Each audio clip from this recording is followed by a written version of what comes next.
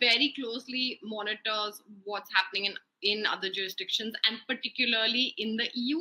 So we see this constantly reflected in a number of the orders. And also, if you see what's happening now with the effects-based approach coming into Indian competition law, the jurisprudence is entirely sort of the references of the Indian Supreme Court are taken from EU cases. So you can see very clearly the kind of impact that EU jurisprudence has in general on Indian competition law. And so I do expect definitely that the CCI will take ideas from the DMA with respect to its own implementation of such a regime, because it doesn't have the capacity to make up entirely from scratch its own way of doing this. So it's definitely going to borrow from these jurisdictions. But then there's also a lot of pushback in India about just blindly borrowing and the whole Brussels effect. So it might have to address